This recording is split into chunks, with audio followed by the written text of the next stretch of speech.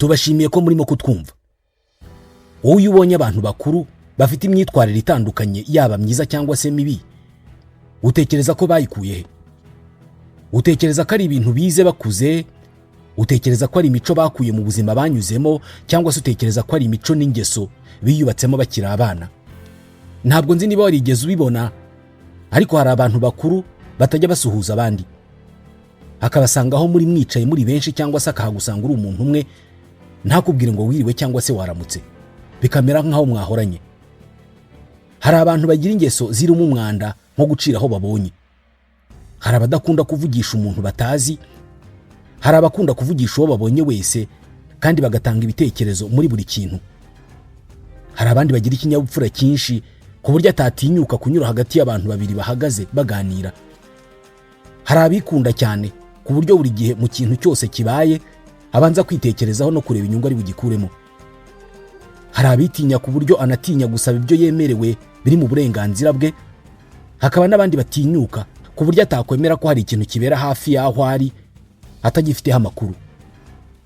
Wowe iyo witegereje imyitwarire y'abantu muri ubu buzima, utekereza ko bayiyubatsemo ryari? Ndabasuhuje, nitwa Ismael Mwanafunzi. Mu mwaka w'1890, umuganga w'umuhanga mu mikorere y'ubwonko, umunya-Autriche Sigmund Freud, yasohoye inyandiko ndende ikubiyemo igitekerezo ku mikorere y'ubwonko bwacu n'ibitekerezo byacu. Na n'ubu iyo nyandiko ye iracyifashishwa mu gusesengura impamvu umuntu runaka yitwara mu buryo runaka. Ibitekerezo bikubiye muri iyo nyandiko ye ugomba kuba warabyumviseho: La théorie sur la psychanalyse, Psychoanalysis Theory of Sigmund Freud. Iki kiganiro kirajya kurangira hari abantu utekereje uzi neza bafite imyitwarire runaka bakomoye ku buryo babayeho mu bwana bwabo n'uburyo barezwe. Tubahaye ikaze.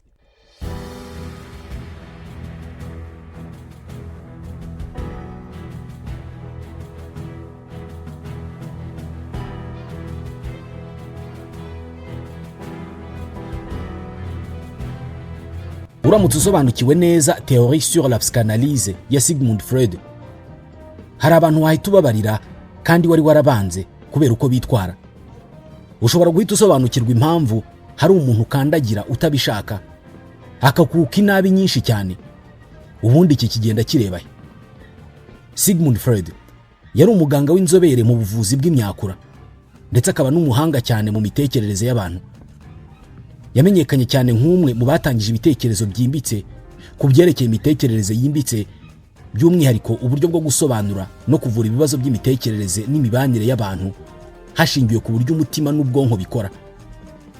Yagize uruhare rukomeye mu kumenya byinshi ku mitekerereze y'abantu, asobanukirwa byinshi mu biba ku bantu nk'inzozi, irari, ibyifuzo umuntu agira bitari ku bwende bwe, n'uburyo imitekerereze twese dufite uyu munsi ikomoka mu bwana twanyuzemo. Sigmund Freud yize mu ishuri ry'ubuvuzi, yiga ubuvuzi bw'uburwayi bwo mu mutwe n'imitekerereze, maze mu mwaka w'1881 ahabwa impamyabumenyi y'ubuvuzi muri urwo rwego. Nyuma y'igihe gito arangije kwiga, yafunguye ivuriro rye bwite, maze atangira kuvura abarwayi bafite ibibazo by'imitekerereze. Hari undi muganga bakoranaga witwaga Dr. Joseph Breuer. Uyu nguyu yigeze kuvura umurwayi witwaga Anna O, wari ufite ibimenyetso by'uburwayi bw'ingingo ariko nta mpamvu zigaragara zamuteye ubwo bumuga. Dr. Breuer yabonye ko ibyo bimenyetso by'ubwo burwayi byagendaga bigabanuka igihe yamufashaga kugenda yibuka ibyamubayeho bibabaje yari yarirengagije, akanga kubyibuka ku bwende bwe. Ni ibintu bibi byari byaramubayeho mu bwana bwe. Ibi nibyo byateye Freud gutangira gukora ubushakashatsi ku bijyanye n'imitekerereze. Aha niho yahereye yandika bya bitekerezo bye ku buryo imyitwarire buri umwe muri twebwe afite uyu munsi ayikomora ku buryo yabayeho mu bwana bwe. Freud yagabanyije imibereho y'abantu mu byiciro bitanu byose tunyuramo mu gihe turi abana bato, ariko uko twitwaye muri ibyo byiciro bitanu niko kugena imibereho tuzagira mu buzima bwacu busigaye. Yabyise ibyiciro byubaka imyitwarire y'umuntu. Icyiciro cya mbere yacyise icyiciro cy'akanwa, oral stage, cyangwa se phase orale. Icyiciro cya kabiri Sigmund Freud yacyise icyiciro cy'urura, anal stage, phase anale. Icyiciro cya gatatu yakise icyiciro cy'imyanya myibarukiro, phase phallique. Icyiciro cya kane yakise icyiciro cyo kwibanda ku bumenyi, latency stage. Hanyuma icyiciro cya gatanu akita icyiciro cy'ubukure, genital stage. Iyo umwana ahuye n'ibibazo muri kimwe muri ibyo byiciro by'ubuzima, aba afite ibyago byinshi ko ingaruka zabyo zizamukurikirana mu buzima bwe bwose busigaye. Uyu munsi hari abantu bafite imyitwarire runaka ikomoka ku byababayeho bakiri muri ibi byiciro by'imyaka, bakiri abana. Bitewe n'ubwoko bw'ikibazo umuntu agiriye muri kimwe muri ibi byiciro, bishobora kuzarangira uwo muntu mu buzima bwe agize ibyitwa nevrose, aribwo burwayi bw'amarangamutima, akajya ahinduka nk'igicu, nta kintu na kimwe kigaragara kimubayeho. Umuntu kandi aba ashobora kuzagira ikibazo cyo kubatwa n'irari ry'ibintu runaka mu buzima bwe bwose busigaye, cyangwa se akazagira ibindi bibazo byo mu mutwe. Reka tuvuge kuri buri kimwe muri ibi byiciro bitanu. Icyiciro cya mbere cyitwa icyiciro cy'akanwa cyangwa se phase orale cyangwa oral stage. Ni icyiciro umuntu yinjiramo kuva avutse kugera afite umwaka umwe w'amavuko. Bacyita icyiciro cy'akanwa kubera ko mu mwaka wa mbere w'ubuzima bwacu hano ku isi, buri kintu cyose tukimenya cyangwa se tukigiraho amakuru dukoresheje icyumviro cy'akanwa. Umwana uri muri iki kigero afata buri kintu ahita ashyira mu kanwa. Umwana ungana uku, ibyishimo bye bya mbere mu buzima bwe bwose biva mu konka ibere rya nyina cyangwa se biberon irimo amata cyangwa se amashereka. Ikibazo gikomeye umwana ungana uku nguko ashobora kugira ni ukubura ibintu byo gushyira mu kanwa ngo abyonke nk'ibere cyangwa se n'ibindi byose ashyira mu kanwa. Umwana wonka gake kandi agakunda kubuzwa gushyira ibintu mu kanwa, icyo ashyize mu kanwa cyose nk'intoki bagahita bakimukuramo, arakura nk'abandi. Ariko iyo abaye mukuru ashobora guhinduka umuntu uhora yikenya shikarete, cyangwa se akaba umuntu mukuru ukunda gushyira mu kanwa ibyo abonye byose. Ikaramu ze zose zikaba nta nimwe igira agafuniko kubera ko twose araduhekenya akatumara. Iyo ari umuntu uba nko mu cyaro, akunda kuba afite ibintu mu kanwa nk'akatsi, agati, cyangwa se mwaba murimo kuganira ukabona aciye akatsi cyangwa se agati ashyize mu kanwa. Hari n'abantu bakuru barya inzara cyangwa se intoki.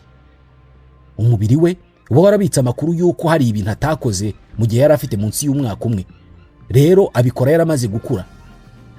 Icyiciro cya kabiri cyitwa icyurura, anal stage cyangwa se phase anal. Gitangira ku mwaka umwe w'amavuko kikagera ku myaka 3. Muri iki cyiciro ikintu cy'ingenzi ku mwana ni ukugenzura ibirebana n'umusarani byose. Aha niho umwana yigishwa kwituma kuri po cyangwa se ku musarani. Nibwo yiga amagambo ya mbere yo kuvuga ko ashaka kwituma cyangwa se kwihagarika. Umwana umwe aba afite ababyeyi bamukomera amashyi uko agerageje kujya ku musarani cyangwa se gusaba po, bakamushimira kandi bakamubwira ko akwiye kujya bikora uko nguko. Undi mwana w'ababyeyi be bamuhatiye gukoresha po no kujya ku musarani akiri muto cyane, kandi ibi bintu yabikoramo ikosa bakamuhana cyane. Hanyuma undi mwana wa gatatu we, ababyeyi be nta kibyo kwigisha umwana wabo gukoresha umusarani cyangwa se po bibabwiye. Ashobora kwinyarira akirirwa uko nguko aho babyibukiye cyangwa se aho baboneye umwanya bakamusukura. Aba bana batatu ibi bintu bizagena imyitwarire yabo nibamara kuba bakuru. Byemezwa ko umwana wa mbere ufite ababyeyi bamushimiraga kubera ko yakoresheje umusarani mu gihe yari agifite munsi y'imyaka 3, avamo umuntu muzima uzi gufata ibyemezo no kwita ku nshingano ze. Umwana wa kabiri ufite ababyeyi bamukubitaga kubera ko yakoresheje umusarani nabi agifite munsi y'imyaka 3, avamo umuntu mukuru ugenzura abandi kandi uhora ashaka ko ibyo avuze byose ari uko bikorwa, ndetse ibitekerezo bye akumva ko ari ukuri. Mugomba kubyemera uko. Utabyemeye ubwo bakagirana ikibazo. Umwana wa gatatu ababyeyi be batigeze bitaho kubirebana n'umusarani cyangwa se kumusukura mu gihe yari afite munsi y'imyaka 3, bizarangira avuyemo umuntu ugira akajagari mu mibereho ye yose, utitaye ku byo abandi batekereza, utagira gahunda kandi utubaha itegeko iryo ari ryo ryose. Byemezwa ko uko abana babaho muri iki cyiciro cy'imyaka ari byo bigena niba bazavamo abantu bakuru bagira isuku kandi biyitaho, cyangwa se niba bazavamo abantu babaho mu kajagari. Icyiciro cya gatatu cyitwa icy'imyanya myibarukiro, phase phallique. Kiba hagati y'imyaka 3 n'imyaka 6 y'amavuko. Muri iki cyiciro nibwo umwana amenya ko ari umuhungu cyangwa se ko ari umukobwa. Muri iyi myaka umwana w'umuhungu n'uw'umukobwa nibwo bamenya ko bafite udupipi cyangwa se utunyoni nk'uko batwita tutameze kimwe. Muri iyi myaka abana b'abahungu batangira kugirana amakimbirane cyangwa se uguhangana na base bapfa nyina.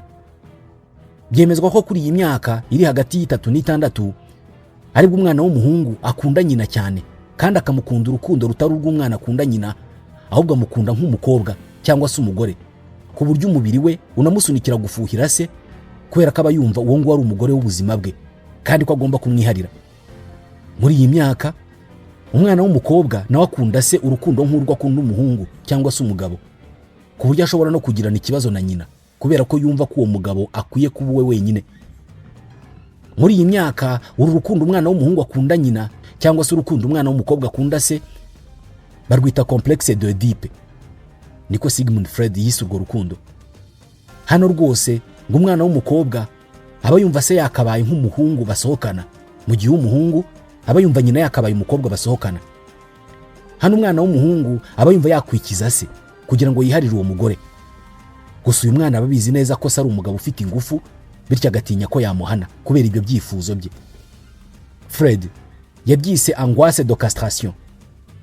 Byemezwa ko muri iki cyiciro ababyeyi baba bakwiye kuba hafi y'abana babo kubera ko ni icyiciro gikomeye. Nk'ubwo bivuga ko hano iyo umubyeyi w'umugabo abaye hafi y'umuhungu we muri icyo cyiciro, birangira uwo mwana w'umuhungu akuze yumva ko agomba kuzaba nka se. Ikindi Sigmund Freud avuga hano nuko usibye kuba abana bangana uku nguku w'umuhungu yikundira nyina, atari nyina akunda gusa, ahubwo n'abandi bakobwa abashaka kubamenyaho byinshi. Iyo ababyeyi be rero cyangwa se abamurera bakunze kumwuka inabi bamubuza kujya akomeza kwegera abakobwa no kubaza ibibazo ku mibiri yabo, bishobora kurangira umwana w'umuhungu atangiye kujya yiyegerera abo batamubuza cyangwa se abo mwamubwiye ko nta kibazo, abahungu bagenzi be. Ibi bishobora no kuba ku mukobwa. Iyo bitagenze uko, ababyeyi be bakajya bamubwira nabi bamubuza kubaza ibibazo nk'ibyo ngibyo birebana n'ibitsina, bishobora kuzarangira abaye umuntu mukuru ugira ubwoba bwo kugaragaza amarangamutima ye, hakazaba umuntu mukuru ugira isoni cyangwa se utinya abantu. Icyiciro cya kane Sigmund Freud yakise icyiciro cyo kwibanda ku bumenyi, phase de latence, gihera ku myaka 7 kugera kuri 13 y'amavuko. Ku mwana iki ni igihe cyo kwita ku mubano n'abandi n'icyerekezo cy'ubuzima burambye. Imiterere dufite yose, waba uri umuntu mwiza cyangwa se umuntu bavuga ko atazi kubana, byiremye tukiri muri iki cyiciro. Aha ni umwana amenyera uko abandi babaho. Muri iyi myaka nibwo abana bazerera cyane kubera ko baba bashaka kumenya uko kwa runaka babayeho, uko runaka baho n'uko abana n'ababyeyi be. Hano niho umwana atangirira kwisanisha n'abantu b'igitsina cye ariko bakoze ibintu by'igitangaza, cyangwa se akisanisha n'inshuti ze ariko zifite ibyo zimurusha. Uzamwumva mu nkuru azakubwira zose haba harimo amazina y'inshuti ze zagize gutya. Muri iyi myaka nibwo umwana areka kwihugiraho no gushaka kuvumbura ibintu bimwe na bimwe byo ku mubiri we, ahubwo agatangira kuvumbura ibirebana n'uburyo abandi babayeho. Icyiciro cya gatanu ari nacyo cya nyuma cyitwa icyiciro cy'ubukure, phase génitale. Iki ni icyiciro gihera ku bugimbi n'ubwangavu kugera umuntu apfuye. Mu ntangiriro z'iki cyiciro ibirebana no guhuza ibitsina nibyo biba biri mu mutwe wacu kurusha ibindi bintu ibyo ari byo byose. Hano ubuzima bw'umuntu buba buri mu makimbirane hagati yo guhaza ibyifuzo bye byo guhuza ibitsina no kubaha amahame ya sosiyete cyangwa se umuryango mugari. Gukura kwiza n'ubwo ushobora kuguma hagati, ugashobora kubaha amategeko ya sosiyete ariyo nko gutaha kare, kujya ku ishuri ukiga ugatsinda, ukubaha ababyeyi n'abandi bantu bakuru, ariko icyarimwe ukanagira ubumenyi buhagije ku birebana n'ibitsina. Iki nacyo ni igihe Sigmund Freud yatanzemo inama ko umujene ugeze muri icyo cyiciro aba akwiye kwitabwaho kandi akaganirizwa. Ababyeyi basabwa ko muri iki gihe bereka umwana ko imyitwarire mibi muri icyo gihe yagira ingaruka zikomeye, ariko nanone ntibamucireho iteka. Agaragaza ko umwana nk'uyu iyo umubwiye ngo sinzakubona uvugana n'abahungu cyangwa se uvugana n'abakobwa, bishobora gutuma noneho agera aho utamureba, bya bindi wamubujije akabikora cyane kugira ngo yimarire ari kubera ko atazi niba azongera kubona ayo mahirwe. Sigmund Freud yagabanyije ibice bitatu mu byiciro by'ubwenge abantu bagira guhera mu bwana bwabo. Icyiciro cya mbere cy'ubwenge yakise losa. Sa ni ikinyazina nyereka cyo mu rurimi rw'igifaransa, bivuze ngo kiriya. Ibi ni igihe umwana aba akiri mu myaka y'uko ikintu cyose yifuje aba ashaka ko gihita gikorwa ako kanya, cyangwa se agahita gihabwa ako kanya atitaye ku bindi bintu ibyo ari byo byose bikenewe ngo kiboneke. Iyo ashonje ahita arira kandi agasaba guhabwa ibyo kurya ako kanya hatitawe ku kuba bidahari. Iki ni icyiciro cy'ubwenge kirangwa n'ibikorwa byihutirwa bitajyana n'amahame y'imyitwarire. Niba hari ubutumwa ashaka gutanga arahita butangira aho ngaho ako kanya. Niba ari ukurira arire atitaye ku kuba ari saa 7 z'ijoro kandi abandi basinziriye. Iki ni igice cya mbere cy'ubwenge bw'umuntu. Iyo uvuye kuri iki gihe hakurikiraho icyiciro cy'ubwenge bise super ego, mu gifaransa bacyita le surmoi. Ahangaha ni ahagana ku myaka 7 y'amavuko. Iki gihe umwana aba ashaka kuba umuntu mwiza ushimwa na bose kandi agakundwa n'abandi bantu. Akora ibintu bituma abantu bagira icyo bamukundaho. Iyo umuntu ageze mu bugimbi n'ubwangavu, noneho haza icyitwa le moi cyangwa se ego, jyewe. Bavuga ko iki gihe umuntu agira imyitwarire ihuje ubwana no kuba umuntu mukuru. Ashaka ko ibyo akeneye byose ahita abibona, ariko akaba atari n'umwana wo kubiririra, kandi nanone hakabaza ubwenge bwo kumenya ingaruka z'imyitwarire nk'iyo ngiyo. Ibitekerezo byinshi bya Sigmund Freud yabyubakiye ku cyo yise ubwenge buhishe. Ni amakuru yose akurimo cyangwa se ari mu mubiri wawe, ariko ukaba utayazi, utazi ko anabaho, nyamara akagenga ubuzima bwawe bwose mu buryo nawe utazi. Kuba mu gihe wari ukiri umwana barakunze kukubwira ko udakwiye kujya wegerana n'abakobwa cyangwa se n'abahungu, ariko ntibagusobanurire impamvu, ahubwo bakakubwira ko ibyo bintu ari bibi cyane. Aya makuru akagenda akibika mu mubiri wawe, ndetse ukanibagirwa ko ibyo bintu bigeze kubikubwira kubera ko wakuze cyane. Ariko mu gihe wamaze kuba mukuru ukazisanga utinya abakobwa cyangwa se abahungu, wowe ntumenye impamvu yabyo, nyamara ubwonko bwawe bwabitse amakuru y'uko ibyo bintu babikubujije ukiri umwana. Kuba barabikubujije byasunikiye ubwonko bwawe kutiga uko bitwara imbere y'abakobwa niba uri umuhungu, cyangwa se kutamenya uko bitwara imbere y'abahungu niba uri umukobwa. Ibi bintu bikurimo utazi ko bihari, maze rimwe na rimwe bikajya bigira ingaruka ku mibereho yawe, nibyo byitwa inconscience. Iyi ngingo rero Sigmund Freud yayibanzeho cyane mu bushakashatsi bwe no mu bitekerezo bye byose. Turi mu mwaka w'1911. Sigmund Freud yari ahantu muri restaurant mu mujyi wa Munich mu Budage, ari kumwe na Carl Gustav Jung. Uyu ni umwe mu bahanga mu iyigamitekerereze ariko wigishijwe na Sigmund Freud. Iki gihe aba bagabo bari muri restaurant, Freud yatangiye gushinja uyu mwigishwa we ko amaze iminsi asohora inkuru mu binyamakuru byo mu Busuwisi, ariko ntavugemo izina rya Freud kandi ubwo bumenyi bwose ari we buturukaho. Jung we yamubwiraga ko yumva ibyo bintu nta kibazo biteye kubera ko n'ubundi Sigmund Freud asanzwe ari umuntu uzwi. Freud we yakomezaga kuvuga ko kumwibagirwa mu nkuru basohora atari ibintu byiza habe na gato, ndetse rwose ngo biramukomeretsa. Mu kanya gato bakivugana, Sigmund Freud yahise yikubita hasi araca abura ubwenge. Ibi byari ibintu bisanzwe kubera ko Freud yajyaga yikubita hasi agata ubwenge iyo yabaga ari kumwe na Jung. Yamusobanuriye ko impamvu yikubise hasi ngo ari uko Jung ngo ashaka kwica Freud. Sigmund ati mu buryo nawe utazi urashaka kunyica. Ni bwa buryo bwa inconscient. Sigmund Freud yazanye impinduramatwara mu mitekerereze y'abantu. Uyu mugabo yagize uruhare rukomeye mu kubaka imico abanyaburayi bagenderaho n'uyu munsi. Ibitekerezo bye byinjiye mu buzima bw'abantu bagezweho uyu munsi, ku buryo hari byinshi bakora batazi inkomoko yabyo, nyamara bikomoka mu bitekerezo by'uyu mugabo. Niba uyu munsi abantu bashobora kuganira ku bitsina bagasobanura impamvu umuntu umwe yitwara gutya mu birebana n'ibitsina, nuko hariho ibitekerezo by'uyu muhanga mu iyigamitekerereze. Nk'ubu hari bimwe mu bitekerezo bya Sigmund Freud byatumye uyu munsi hari ibintu dukora rimwe na rimwe bikaba ari nabyo bigena imibereho yacu. Muribuka mu kanya tuvuga ibyitwa complexe d'Oedipe. Ku batabyibuka, complexe d'Oedipe ni igitekerezo cy'uko iyo umwana w'umuhungu ari hagati y'imyaka 3 n'imyaka 6, umubiri we ari bwo utangiye kumenya ibintu by'ibitsina. Iki gihe ni nabwo uyu mwana amenya gutandukanya umuhungu n'umukobwa. Ni nabwo ku nshuro ya mbere umubiri we wifuza guhuza ibitsina. Iki gihe rero uyu mwana w'umuhungu yifuza nyina cyane ku buryo agirira ishyari se, akumva adashaka kubona si iruhande rwa nyina. Ibi bintu byavumbuwe na Sigmund Freud ndetse niwe wabyise complexe d'Oedipe, kubera ko mu Bugiriki bwa kera hari inkuru ivugwa y'umwana w'umusore witwaga Oedipe wakunze nyina cyane agera ubwo yica se ashakana na nyina. Iki cyifuzo rero ngo kiba mu mutwe wa buri mwana w'umuhungu uri hagati y'imyaka 3 n'imyaka 6, kugira ngo Freud yemeze ko ibi bintu biba kuri buri mwana w'umuhungu yabyirebeyeho we ubwe. Yabyawe n'umupapa w'imyaka 41 n'umumama w'imyaka 21. Iki kinyuranyo cy'imyaka cyaturukaga ku kuba uyu mupapa yarashatse bwa gatatu. Ibi kandi byatumye Freud agira imyitwarire yihariye. Yari umwana w'umuhungu ufite se w'imyaka 50 wamubwiraga ibintu atumva habe na gato, kubera ko yanashoboraga kuba sekuru. Ni mu gihe yari afite nyina w'imyaka 20. Byatumye Freud aba inshuti na nyina cyane kurusha uko yari inshuti na se. Ibi ngo nibyo byatumye atangira kumva kunze nyina cyane.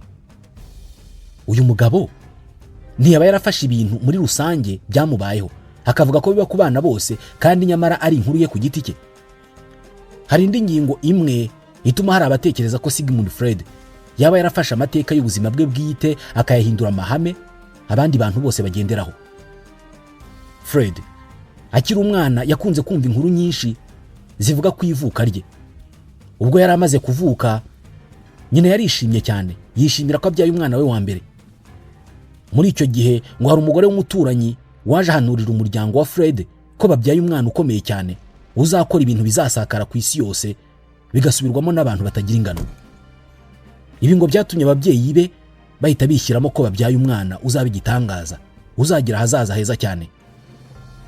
Nubwo mu myaka ye y'ubukuru yahuye n'ibibazo bitandukanye nk'abandi bantu bose, ariko n'ubundi ababyeyi be ndetse nawe ubwe yari akizera ko azaba umuntu w'igitangaza. Nk'urugero, ubwo yizizaga isabukuru y'imyaka 35, ise yamuhaye impano ya Bibiliya yari yaranditsemo na wino mu rurimi rw'Igiheburayo, ko Roho w'Imana yamuciriye inzira y'ubumenyi kuva ubwo yari agifite imyaka 7. Kubera iyi mpamvu, usibye kuba yari umwana umuryango ukunda, banamushyizemo icyizere cy'uko azaba umuntu w'igitangaza. Buri munsi bamusubiriragamo ko ari umwana uzi ubwenge. Amanota yabonaga mu ishuri nayo yemezaga ibyo ababyeyi be bamubwiraga. Buri gihe yabaga uwa mbere mu ishuri, kandi agahora ari icyitegererezo ku bandi bana. Yamaraga igihe cye cyose mu biro ababyeyi be bari baramugeneye. Buri gihe yabaga arimo arasoma ibitabo, ku buryo rimwe na rimwe inshuti ze zazaga kumureba zigataha zitamubonye. Ntabwo yajyaga asangira n'abandi ku meza, kubera ko buri gihe yariraga imbere y'amakayi n'ibitabo. Mu mutwe we yari yaramaze kwishyiramo ko azaba umuntu w'igitangaza. Amaze kuba mukuru, agashinga ivuriro rye, yakoraga ibintu bye ku murongo ku buryo buri joro yabaga afite umwanya uhagije wo gusoma no kugira ibyo yandika. Byarangiye ko kabaye umuntu w'igitangaza uyu munsi turimo tuvugaho.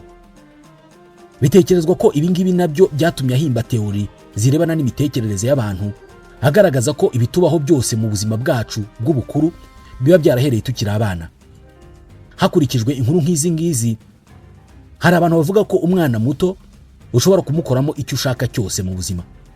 Hakurikijwe ibitekerezo bya Sigmund Freud, ubwana bufite uruhare rukomeye mu kurema uwo umuntu azaba we mu buzima bwe bw'ubukuru, kubera ko ubwana ni igihe cy'ingenzi cy'iterambere ry'imitekerereze, amarangamutima n'imibanire. Dore uburyo bw'ingenzi ubwana bushobora kugira ingaruka ku buzima bw'umuntu mukuru. Mbere na mbere, mu bwana niho umuntu yubaka imibanire n'abandi. Uko umwana abanye n'abamurera bituma agira uburyo bwo kwiyumvamo abandi. Ibi bishobora kugira ingaruka cyangwa se bikubaka uburyo azabana n'abandi mu gihe azaba akuze. Urugero, imibanire myiza ituma umuntu agira ubushobozi bwo kubaka umubano uhamye, naho imibanire idahwitse ishobora gutera ikibazo cyo kutizera abandi. Icya kabiri ni imyitwarire n'uburyo bwo guhangana n'ibibazo. Umwana yigira imyitwarire kubo babana, cyane cyane ababyeyi n'abavandimwe. Iyo myitwarire ikunze gukomeza kumuranga mu guhangana n'ibibazo, amakimbirane cyangwa se ibigeragezo ahura nabyo amaze gukura.